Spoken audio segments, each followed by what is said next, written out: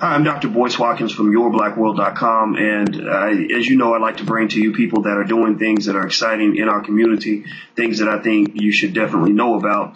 And one of the things that really got my attention this week was a new film that's being released, and the film is called Wolf.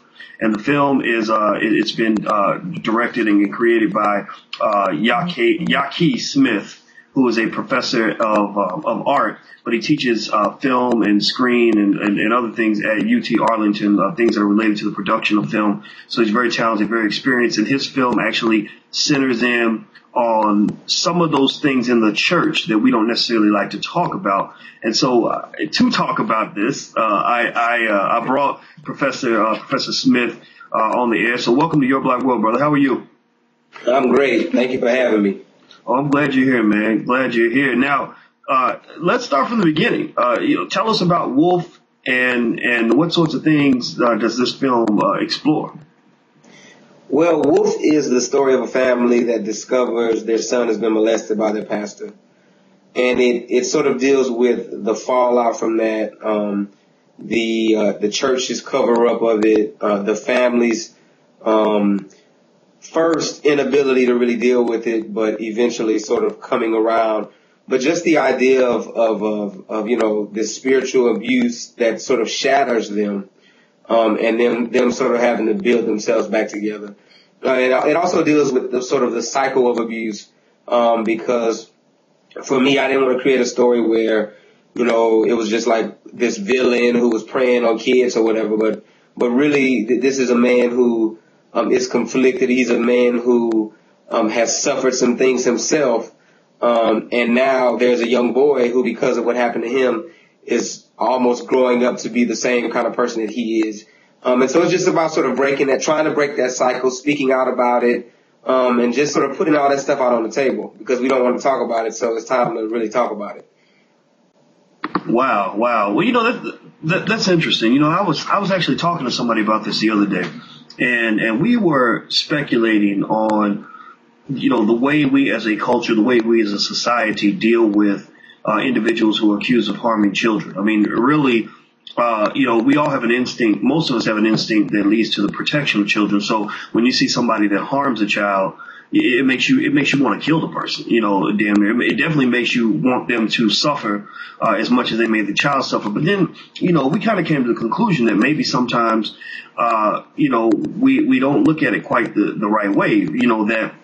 That sometimes it seems that the abuser hates himself as much as everybody else does. Almost like it's like an addiction that's inside of you that they're trying to fight. And so it makes me wonder, if we even as a society even deal with abuse in the kind of thoughtful, compassionate way that we should, as opposed to just saying, you hurt a child, you deserve to die, et cetera. And it's funny you talk about this film because just yesterday, I wrote an article, I didn't write it, but one of our bloggers put it up, about a woman in Memphis who found out that are you laughing? Did you see it? I read that, yeah. Yeah, she found out that her son's molester, or her son was being molested, and she went to this dude with a baseball bat, and cracked his head open, and you can hear people saying, that's right, he deserved it. But then on the other hand, you're thinking, are we really looking at this in the right way? Now, I want to ask you a question. I don't want to veer too far off the script, here, because I did, talk to you about some of the things I want to ask you about the film in advance. So I want to ask you this. A lot of people attribute recent allegations of sexual abuse to the reason that they've lost faith in the black church.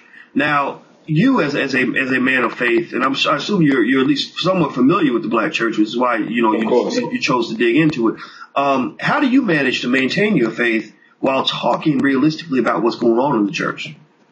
Well, this is my thing. I think one of the things that we have a tendency to do is we equate God with church, and I hate to say that, but those are two different entities.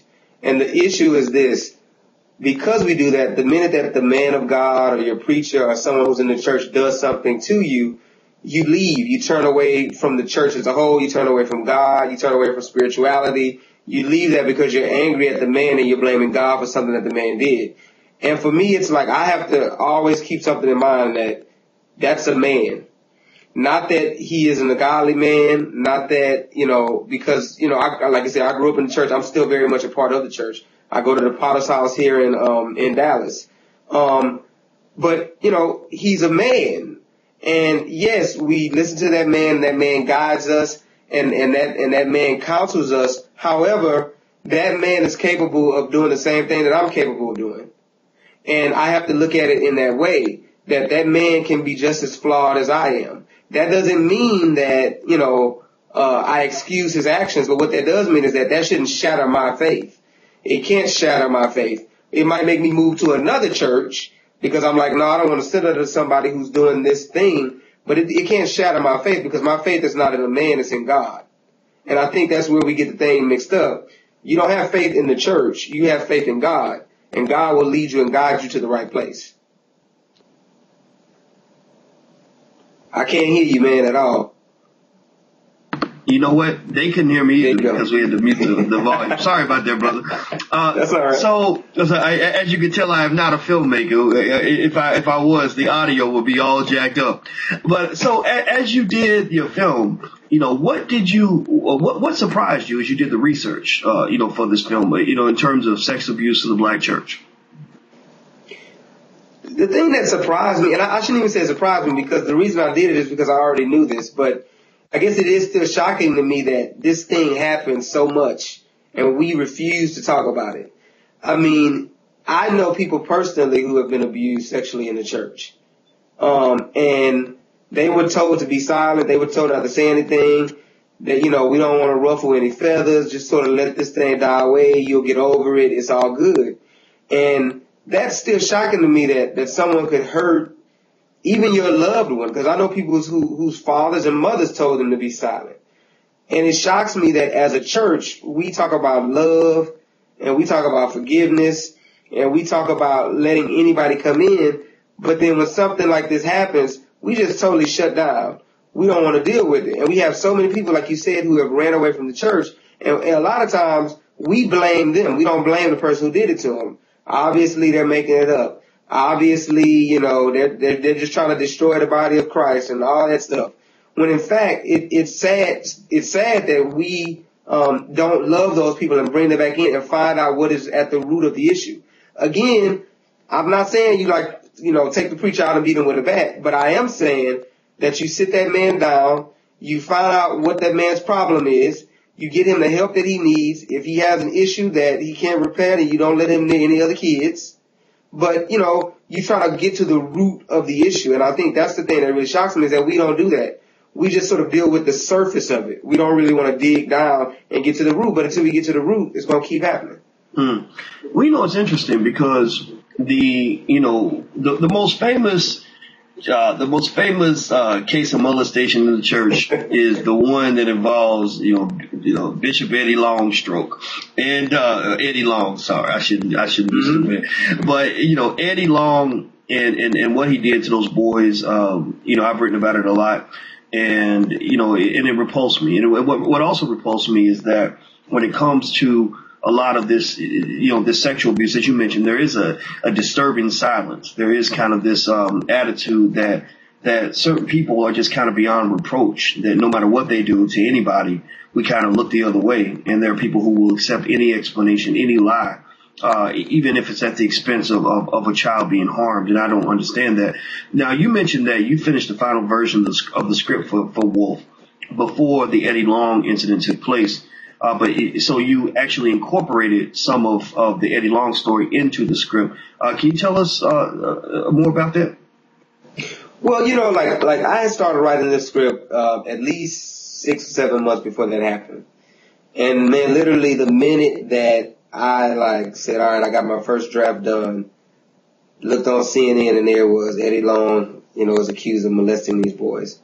And so of course I started doing research and trying to find out how did this go on for so long? And is this true? Cause you have to look at both sides. Is it true or is it not? You know what I mean? And so I'm just looking and digging into it. And as I'm reading, I'm just like, this is crazy because it's obvious that some people in his church knew all along or suspected that these things were happening and they did nothing. Not only that, one of the boys there says that Eddie would use scripture to sort of sway him into doing some of these things. What happens between us is between us and God, but sort of using the scripture to manipulate his relationship. And so, some of that wound up in my script. The idea again of people just not wanting to believe it, even though the evidence is right in their face. Even though you have 4 different boys who I don't even know if those guys knew one another, who are coming out and giving you very similar stories as to what happened to them, people still said, no, there's no way that Bishop Eddie Long could have done that. He's a man of God and blah, blah, blah, blah, blah. And so the whole idea of the secrets, the whole idea of the sort of cycle, because again, the more I researched back, and I don't know if any of this is true, but I started finding stories about physical abuse that Eddie had inflicted on his wife years and years and years ago. I guess his first wife. And so just going back and just figuring out, like, where did this go wrong? Because for me, it's like, I don't think anybody is born a pedophile. I don't think any man is born a batterer. I think there are things that have happened to us in our lives, and everybody processes grief and pain in different ways. And I just feel like there's something down that line that has happened that has not been dealt with. And so all of those sort of plot points wound up in my film. Interesting. Well, that's an interesting point of view you have, and I agree with you. I think what probably bothered me the most, 2 things bothered me the most about the Eddie Long situation. One was that, children are already trusting and very vulnerable, and for you to, present yourself as a father figure and then, harm them sexually, is incredibly problematic. I mean, even if you can somehow, not necessarily excuse, but somehow understand how a person might have an unhealthy attraction that they can't control, even if they have something inside of them that just makes them want children, you may not be able to necessarily blame them for that, but you can blame them for acting on that impulse. It's just like if I see an attractive woman, everything inside of me as a man might want to make a move, or whatever. But if I know in my heart that I'm not supposed to make a move on that woman because either I'm committed or she's committed or it's somebody I just shouldn't, be with, whatever, then it's up to me as a man to stop that and to say, no, this is not appropriate, right? So I think that bothered me. The second thing that really bothered me about Eddie Long was the lie, the fact that he told his congregation from the jump, the truth will come out, I will release all information and all of that. And then later on, he settles everything behind closed doors and nobody really holds him accountable for that. And that's a bold-faced lie, and I think that's a problem. Now, let's get back to you, though, and get back to your film. How do you balance between, sort of focusing on the plight of the victim versus understanding the plight of the predator? Because I think because it is interesting, because most of the time, just like Terry Williams says in her book, Black Pain, that hurt people hurt people. So usually a predator started off as a victim, right? So how do you balance those two? Well, I think in the film, what I really try to do is, again, go back to trying to find out what the root is. What would have caused somebody to have inflicted this kind of pain on another human being?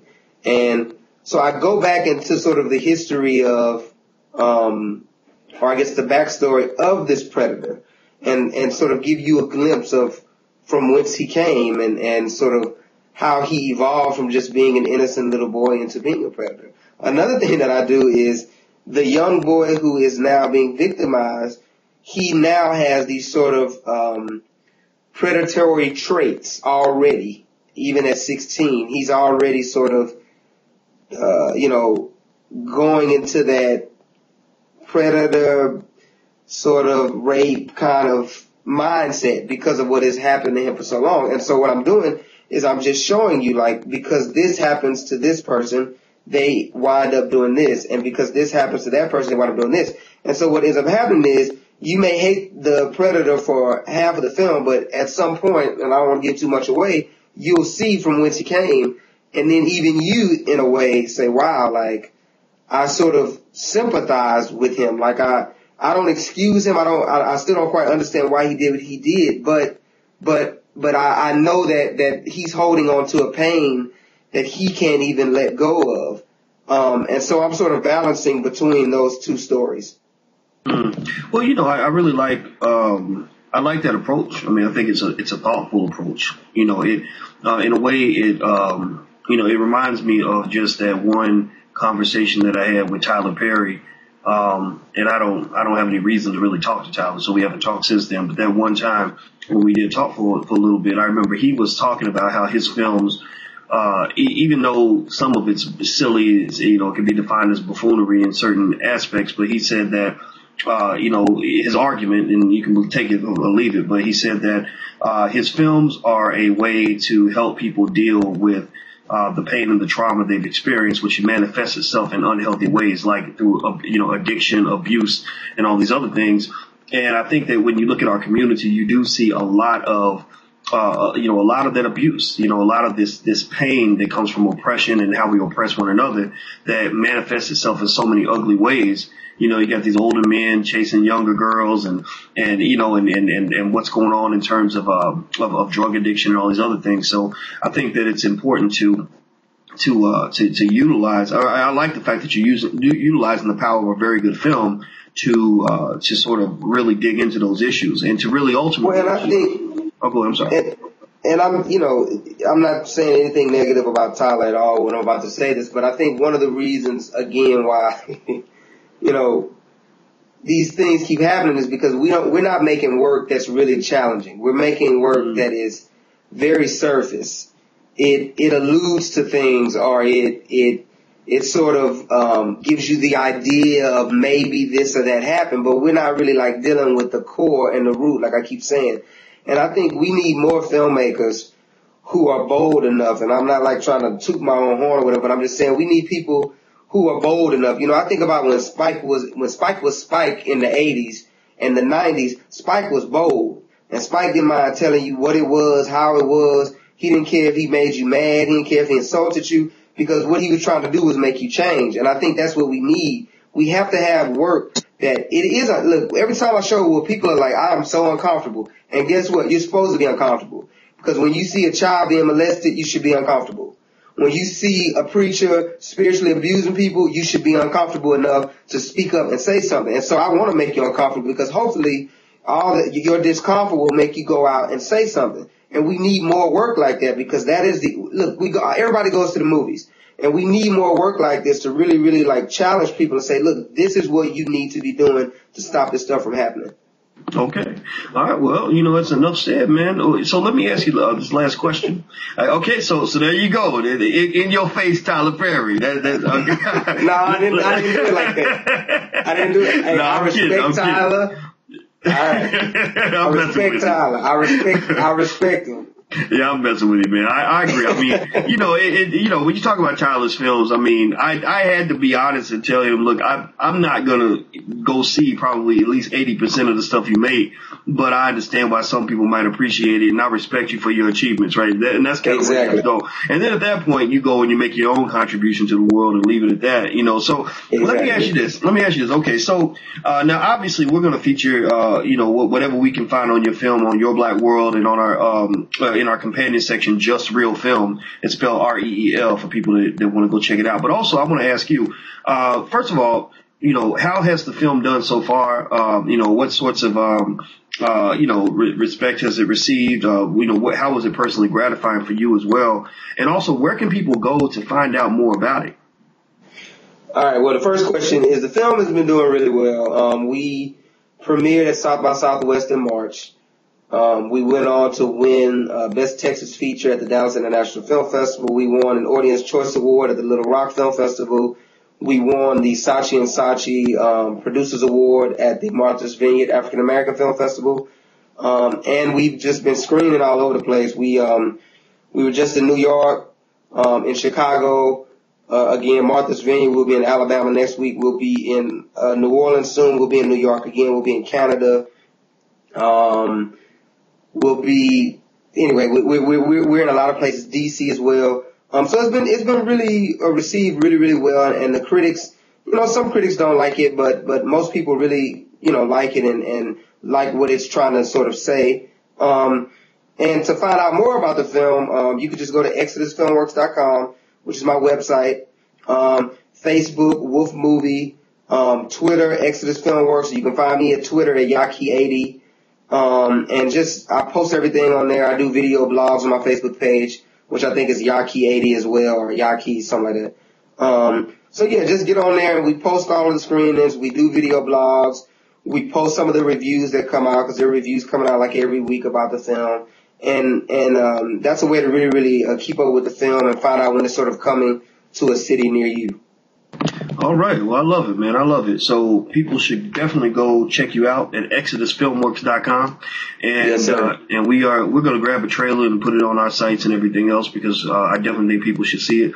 And I appreciate your work, man. It was definitely a pleasure getting a chance to speak to you. Professor Yaki Smith. And he is, if I wanted to really insult him, I might call him the next Tyler Perry, but that's not. I'm kidding, brother. I'm kidding. No, he's the next Spike Lee / Tyler Perry, the best of all great filmmakers. I'll take that. That's what I see, man. That's what I see. So thanks a lot, brother. I really appreciate your time. Thank you for having me, man. Absolutely. And everybody else, thank you for checking us out at yourblackworld.com. And until we meet again, please stay strong, be blessed, and be educated. We are gone. Peace.